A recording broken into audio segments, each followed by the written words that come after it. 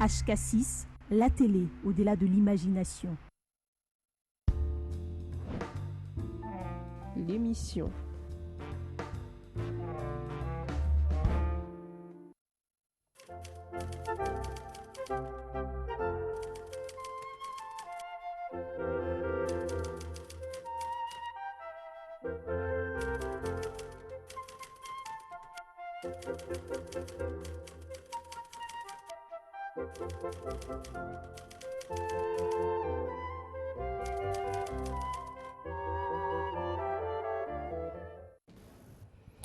Madame, Monsieur, bonjour. Ce sera parti pour ce numéro de La Renaissance, votre magazine de jeunes, un espace d'échange d'idées et d'opinions entre jeunes. Alors, nous sommes vraiment de retour après pratiquement 2 semaines d'absence. Votre programme Renaissance revient avec force, avec beaucoup de sujets à vous couper les souffles, avec beaucoup de jeunes ambitieux qui viennent sur ces plateaux pour discuter, pour démontrer de quoi ils sont capables, de quoi ils comprennent mieux le sujet. Merci à tout le monde, merci à vous tous qui nous regardez depuis la maison. Renaissance, le retour sur votre télévision, la télé au-delà de l'imagination. Aujourd'hui, nous abordons la problématique du déroulement des épreuves de l'examen d'État, édition 2018-2019. C'est déjà aujourd'hui, jeudi le 27 juin 2019, la fin des épreuves ou la fin de la session ordinaire de l'examen d'État, édition 2019. Depuis lundi, les élèves ont abordé avec ces examens, avec la culture générale. Après, c'était les cours à option, les sciences. Et puis aujourd'hui, ils ont fini avec le langue. Après, en attendant les résultats, bien sûr, la publication des résultats qui est prévue dans moins de 3 semaines, tel que nous a indiqué l'IPP, l'inspection principale provinciale, Monsieur Nicolas Nyange Bizi. Merci à vous tous qui nous regardez de partout sur votre télévision, la grande équipe technique. Merci. Alors, sur ces plateaux, nous recevons Ira Ngeriza. Bonjour, bienvenue dans Renaissance. Bonjour, Charles Mozavo, et bonjour à tous les téléspectateurs qui sont en train de nous suivre. Je devais commencer par elle. Écoutez, mais bon, la galanterie ne nous a pas vraiment inspiré. Aisé Dimonaï, bonjour, bienvenue dans Renaissance. Bonjour Charles. Bonjour Jacques Sophia. Bonjour Charles et bonjour à toutes ces personnes qui nous suivent depuis la qui préfère. Nicolas Mbié, bonjour. Bonjour Charles et bonjour à tout le monde. Je rappelle, mesdames et messieurs, que nous abordons la problématique du déroulement des épreuves de l'examen d'État, tel que nous ont bien sûr dit ces élèves finalistes, quelques élèves finalistes qui se sont confiés à notre micro. On regarde ces images de Dominique Lembo. Les épreuves de l'examen, ça m'a fait juste compliqué hier, les jours de sciences. Les premiers jours, c'était très bien passé. Les deuxièmes jours aussi, les jours d'option, malgré, c'était un peu compliqué, mais c'était très bien passé. Dis-moi, hier, le jour des sciences, la mathématique m'avait un peu compliqué, mais aujourd'hui, l'examen des français, ça s'est très bien déroulé. Bon, ça s'est plutôt bien passé. Rien que le troisième jour, ça a un peu été compliqué, ça a un peu coincé, mais quand même, ça a été. Voilà, les élèves finalistes, quelques élèves qui se sont confiés à notre micro. Alors, ils louaient les bons déroulements des épreuves de l'examen d'État. Nicolas Mbié, avec vous, nous abordons déjà avec la première question. Comment vous avez trouvé d'abord le préparatif, avant même qu'on y arrive au premier jour des épreuves de l'examen d'État? Le préparatif des finalistes, comment vous, bien sûr, vous les avez trouvés? Je crois que les finalistes ont pu évoluer dans un environnement bien assaini, d'abord par les écoles. Les écoles ont pu tout mettre en œuvre pour terminer les programmes, pour pousser ces élèves vers la réussite. Donc, ils se sont préparés dans un environnement serein. Il n'y avait pas assez de troubles comme les présagers et l'environnement politique. Donc, ils ont pu bien se préparer, à mon sens, parce que sur ce plateau, je me rappelle, quelques élèves sont passés, ils ont fait ces aveux, ils ont dit bien entendu qu'ils se sont bien préparés. Donc, moi, je reste confiant qu'ils se sont préparés dans un environnement serein et ce que nous attendons d'eux, ce sont de bons résultats. Jacques Sophia, je ne sais pas, c'est quoi votre réaction par rapport à cette même question? Il y a beaucoup de gens qui pensent que les finalistes de nos jours ne savent même pas, entre guillemets, c'est pas moi qui le dis, mais des gens que nous rencontrons sur la rue. Écoutez, nous passons à la télévision, mais nous rencontrons des gens qui ne savent pas vous formuler même une bonne phrase correcte en français.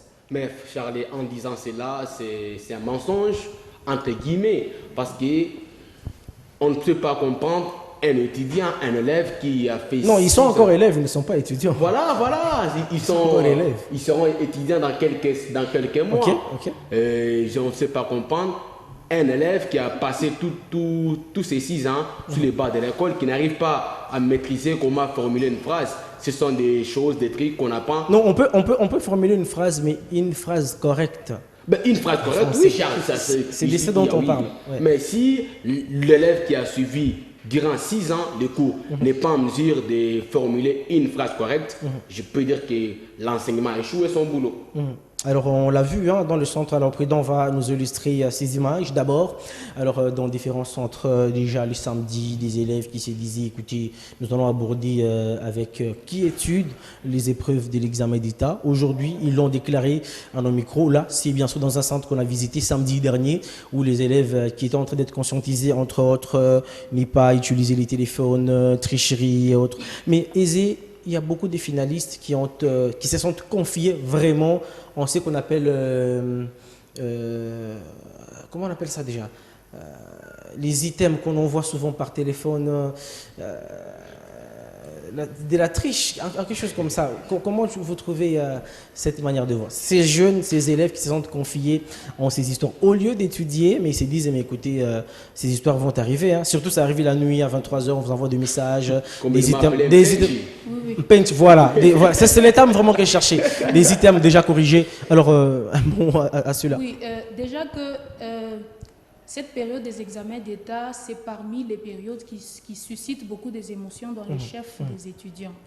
Bon, il peut arriver que les étudiants... Pardon, je ne vous interromps pas. Oui. Les termes, c'est fuites que j'ai cherché. Les fuites qui...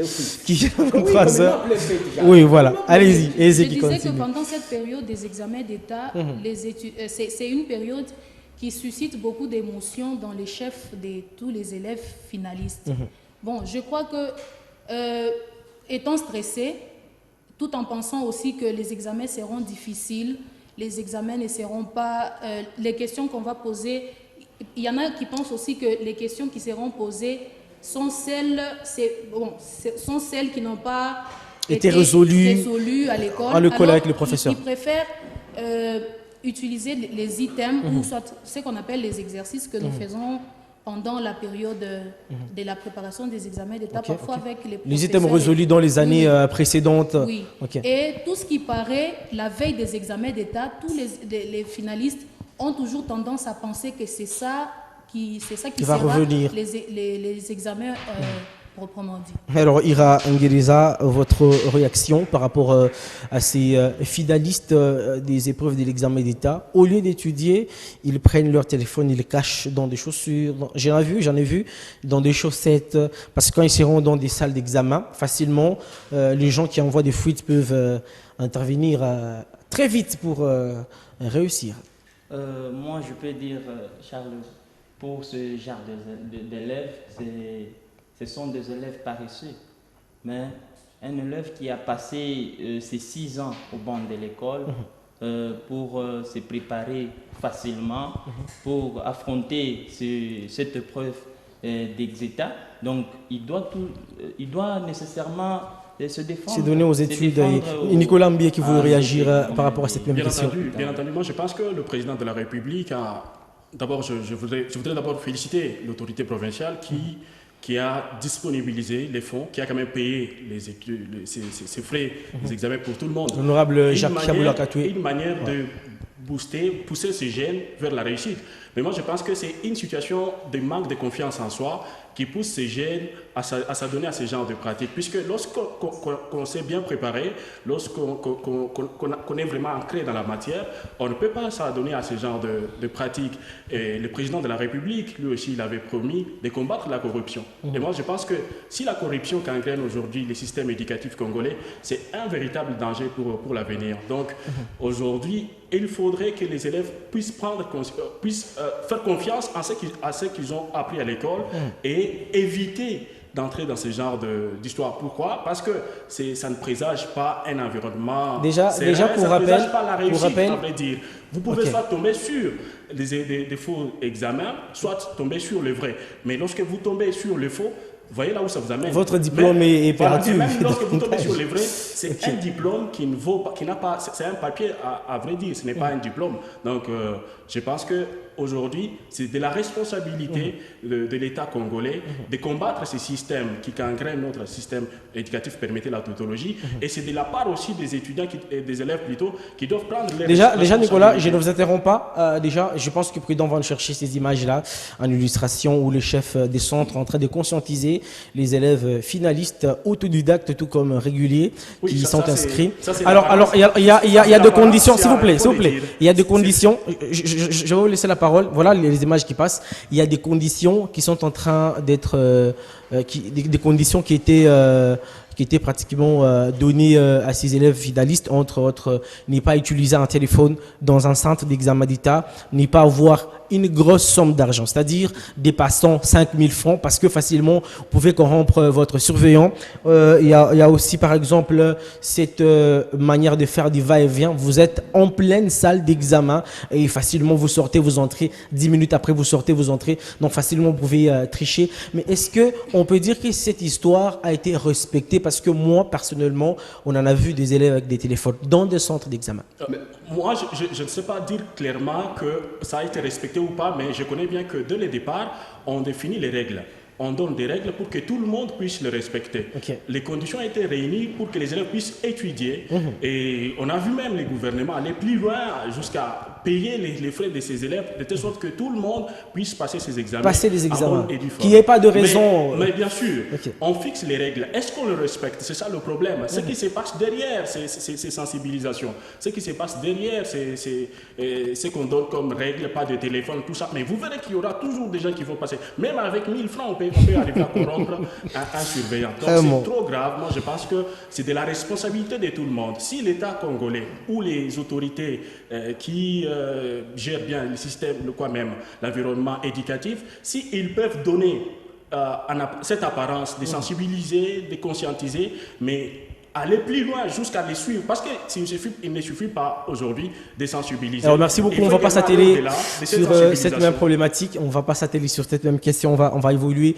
Jacques Sophia avec vous, on va continuer avec ces programmes. Déjà on en a vu aujourd'hui des finalistes poudroyés, ils fêtent déjà avant la publication des résultats. Entre guillemets, ils ont bien passé leurs examens, leurs épreuves de l'examen d'État pendant les 4 jours. Aujourd'hui, ils sont poudroyés entre amis et puis on part fêter dans des bistrots et tout et tout. C'est quoi déjà votre... Pour ne pas dire, pour ne pas vous contredire, moi je pense que c'est... Bon, pour les chrétiens, on dirait c'est la foi. Pour les chrétiens, entre guillemets, j'y m'en vais. Et pour les chrétiens, on peut parler de la foi.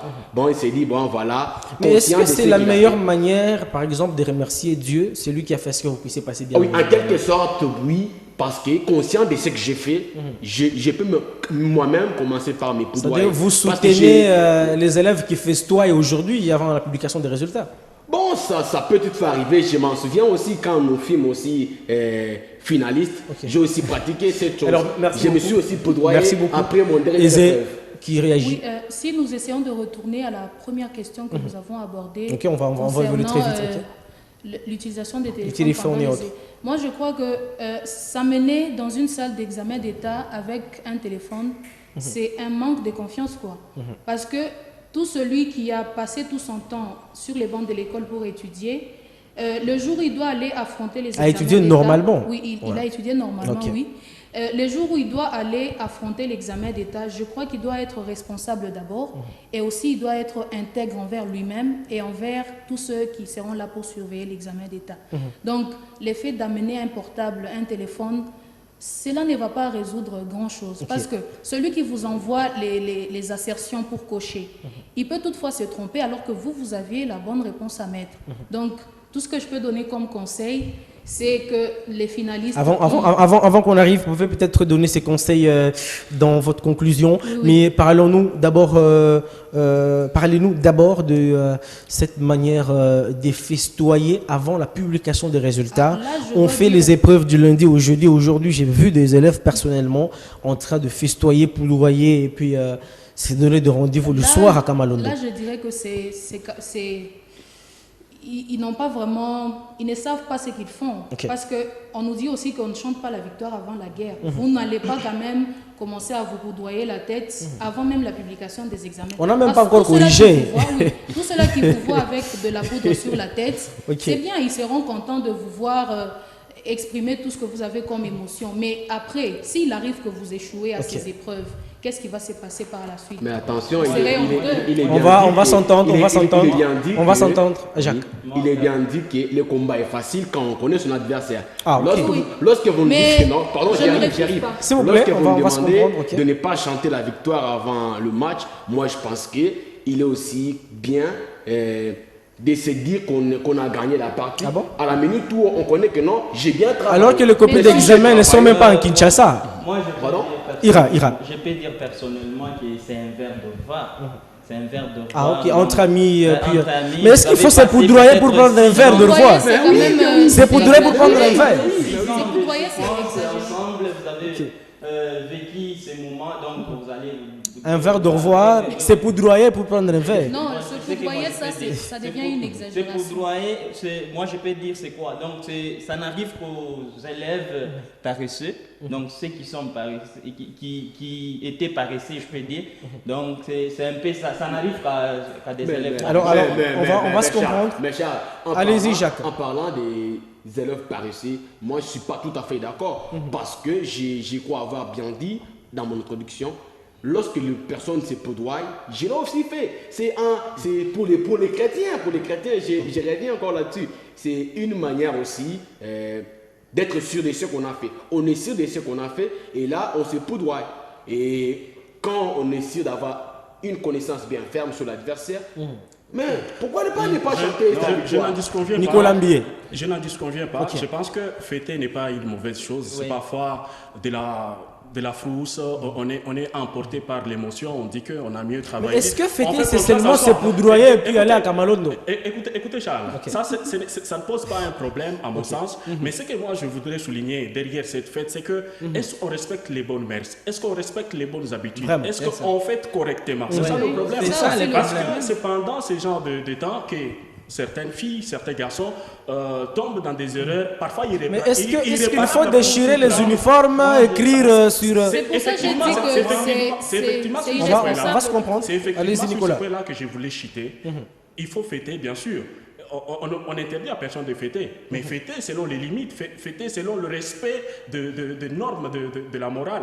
Ce n'est pas aujourd'hui on fête, on déchire les habits, ça ne présage Écrire, pas l'avenir sur d'un la responsable. joue, Puisque 70%, 65%. Lorsqu'on termine aujourd'hui les examens d'État, on devient en quelque sorte responsable. Par exemple, quelqu'un qui termine en pédagogie est à mesure d'enseigner à l'école d'enseigner, primaire. oui. Mais un enseignant qu'on voit sur la voie publique en train de déchirer les habits, ça c'est une attitude irresponsable. Quelqu'un qui termine aujourd'hui en commercial de gestion, c'est quelqu'un qui est censé être aide comptable, mais un aide comptable qui fait ce genre de choses sur la voie. Moi, je pense que fêter n'est pas un problème, mais il faut aujourd'hui respecter les normes de la morale. C'est tout simplement ça. Allez voir aujourd'hui. Vous voyez, je vais rappeler un exemple d'un scandale qui Dans notre temps, s'il vous plaît, Je- avant que vous continuiez, Prudent va continuer à nous illustrer ces images du déroulement des épreuves de l'examen d'État édition 2019. Dans notre temps, Prudent qui nous illustre, et puis vous continuez avec vos argumentations. Effectivement, je dis aujourd'hui, il y a un problème qui se passe à Kinshasa, une affaire en justice très bien suivie, où il y a eu un vol collectif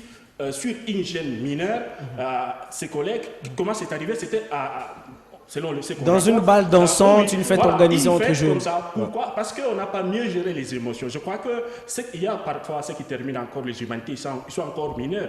À 16 ans, 17 ans, ils se terminent. Oui, c'est encourageant, mais ils sont encore des enfants, ils n'ont pas encore de consentement. Moi, je pense aujourd'hui, cela revient à la responsabilité des parents d'encadrer cette manière de festoyer, de se réjouir. Donc, moi, je voudrais qu'on ne puisse pas imposer... Jacques, si vous le permettez... On va se qu'on ne puisse comprendre. pas Nicolas imposer va des chuter, limites. puis Jacques va prendre la parole. Je chute rapidement. Ok. On ne puisse pas imposer des limites aux enfants de fêter, mais qu'on puisse carrément les encadrer. Donc, ne pas aller... donc, je vais dire quoi? Ne pas empêcher ses droits de fêter, mais carrément encadrer cet environnement dans lequel il se retrouve. C'est tout simplement ce que moi Jacques je pense. Sophia. Ah voilà, en parlant de fêter et déchirer ses uniformes, bon, c'est une affirmation pas fausse, mais que moi, personnellement, je les conseillerais à toutes ces personnes qui Défêter, mais de ne pas déchirer. Ah oui, on peut se poudroyer, mais pas déchirer quand même les uniformes. Ok. Parce que l'uniforme... C'est poudroyer, pourquoi déjà? Parce que... c'est poudroyer. Donc on ne change pas la victoire. Merci beaucoup Jacques. On va prendre Ira. Ira, allez-y. Merci Jacques. Lorsqu'on est sûr d'avoir une connaissance sur l'adversaire, merci Jacques. Je suis sûr que non, j'ai bien travaillé mon exéta, je me poudroie. Ira. On ne peut pas se poudroyer. Donc il y a un adage qui dit on ne change pas la victoire avant la guerre.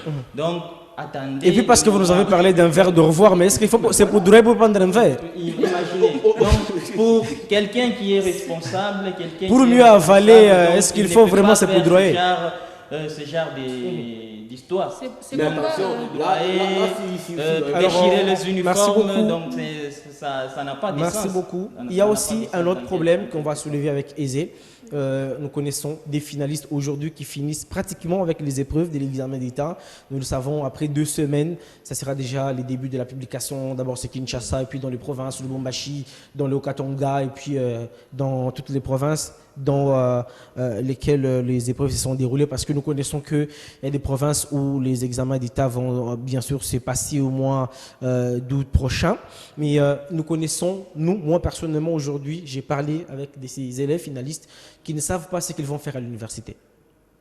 Bon, dans moins de 2 semaines, on publie les résultats. Et puis, au mois de juillet, août, on commence les histoires pour s'inscrire à l'université déjà. Mais on ne connaît pas jusqu'à maintenant qu'est-ce qu'on va faire à l'université. Mais on finit aujourd'hui les épreuves. Oui, c'est tout à fait normal qu'une personne puisse prendre une décision à la hâte. Il y en a aussi qui arrivent à l'université...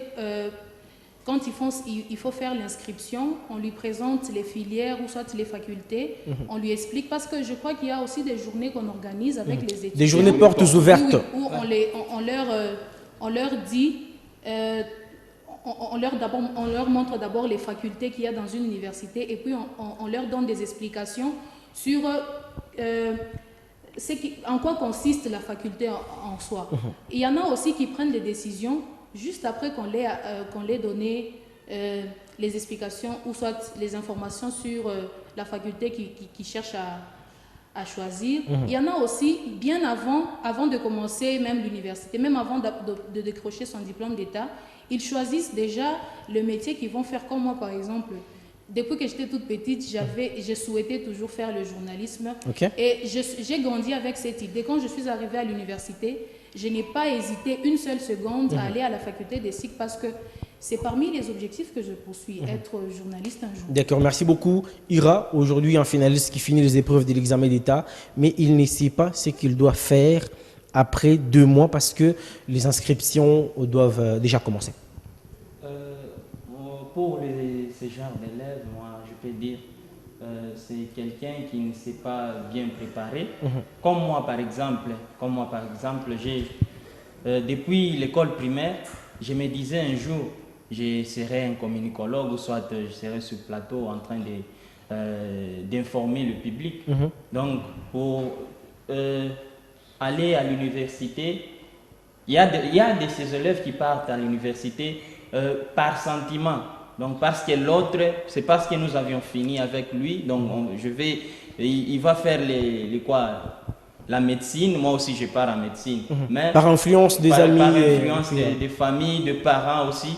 Mais moi je peux dire, aujourd'hui si quelqu'un arrive à décrocher son diplôme d'État, donc il est responsable de sa propre vie. Donc, alors, Nicolas Simbier qui réagit et puis on va conclure après sa réaction. Bien sûr, je crois que c'est une période très délicate et très complexe pour plusieurs parce que nombreux ont fait un mauvais choix et aujourd'hui ils regrettent, ils ont des conséquences. Ils ont fait les droits parce qu'il y avait un groupe d'amis qui voulaient aller dans telle ou telle autre université faire les droits.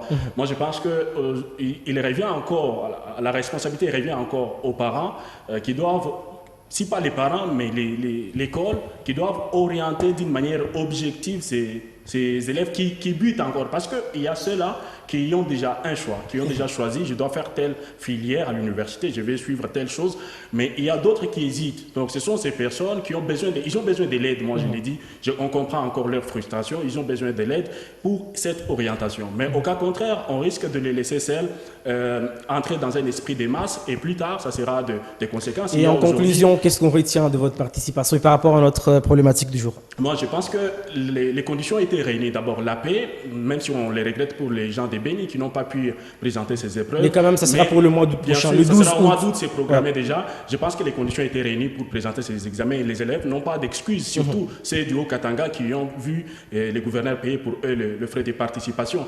Je pense qu'ils peuvent festoyer, mais en respectant les normes, à ne pas aller au-delà, puisqu'ils peuvent regretter avant même que les résultats arrivent. C'est ça ma conclusion. Alors, en passant, nous disons merci beaucoup au gouverneur de province, l'honorable Jacques Kiaboula Katoué. Alors, vous, Jacques, Sophia, on retient courant de votre participation en conclusion. Voilà, j'aimerais encourager toutes ces personnes qui ont fait ces examens, qui ont abordé ces épreuves avec conscience et surtout en leur disant d'avoir toujours confiance en soi, de persévérer selon j'y arrive, leur manière de voir les choses, non pas se laisser influencer, voilà, surtout... Parce que vous aimez bien la fête de finalistes. Je pense dans moins de 3 semaines, on aura la même équipe sur plateau pour parler de la publication des résultats. Déjà, vous devez noter ça en avance pour parler après publication. C'est quoi le comportement que les jeunes affichent en festoyant? Parce que Jacques aime très très bien voir les finalistes fêter. Aisé, Dimona, qu'est-ce qu'on retient? C'est tout à fait d'accord, Charles. En conclusion. Aisé. Bon, ce que je peux dire aux élèves finalistes, c'est que pendant cette période des examens d'État, c'est vrai, hein, il y a des gens aussi qui ont la mauvaise foi, ils veulent détruire les enfants d'autrui, mais bon, avec l'aide de Dieu, je crois que tous ceux-là qui ont présenté l'examen d'État cette année, ils vont obtenir leur diplôme et ils vont fêter. Mais ce que je peux donner comme conseil maintenant, c'est que même après les examens d'État, n'en faites pas trop avec la poudre sur la tête, courir dans les routes, commencer à circuler dans les avenues avec des habits déchirés. C'est parmi des comportements qu'on doit bannir dans cette société, parce qu'il y en a qui se comportent comme des fous. Même si vous ne déchirez pas les habits, bon, vous allez toujours réussir. Bon, oui, hein, mais il faut quand même éviter ces genres de comportements. Ce n'est pas très bien pour des gens qui aspirent à être grands dans la société. Alors merci beaucoup Aisé. Ira, on finit avec vous en conclusion. Qu'est-ce qu'on retient? Et puis on finit l'émission par là. Moi en conclusion, je peux dire à tous les élèves finalistes de garder leur patience, donc leur émotion en patience. Donc quelqu'un qui était conscient pendant les 6 ans et pendant cette période des examens. Donc, il était conscient qu'il aurait décroché son diplôme d'État, donc il ne peut pas faire ce genre de comportement. Donc, en conclusion, je peux dire avoir un diplôme d'État, ce n'est pas la fin du monde, mais c'est une porte d'ouverture pour la grandeur, comme mon frère vient de me le dire. Ira, merci beaucoup d'être venu. Merci beaucoup Aisé Dibona de votre vraiment brillante participation. Merci Jacques Sophia, merci Nicolas. Je vous remercie. Pour bien sûr Nicolas Mbillet pour votre participation dans ce programme La Renaissance. C'est la fin de votre programme, mesdames et messieurs. On se retrouve la semaine prochaine pour un nouveau numéro, un nouveau sujet. Mais dans l'entretemps, nous sommes toujours dans l'attente de la publication des résultats des épreuves de l'examen d'État, édition 2018-2019. Vous pouvez regarder ces programmes déjà demain, vendredi à 11h juste, sur la télévision Au-delà de l'imagination. Également, pour ceux-là qui sont accros à l'Internet, vous pouvez nous regarder en replay sur YouTube. Allez sur notre chaîne YouTube HK6 La Renaissance. Vous allez facilement retrouver ces programmes. N'essayez pas de nous liker, n'essayez pas de maximiser vos vues sur notre chaîne YouTube. C'est la fin de votre programme. Merci à Prudent Congolo, merci à Dominique Lembo pour tous ses efforts pour bien sûr Renaissance. Merci à Emile Kachang qui nous a assisté. Merci à Héritier Ouattara également qui est avec nous. C'est la fin de votre programme. D'ici là, portez-vous bien. À très vite sur HK6 Télévision.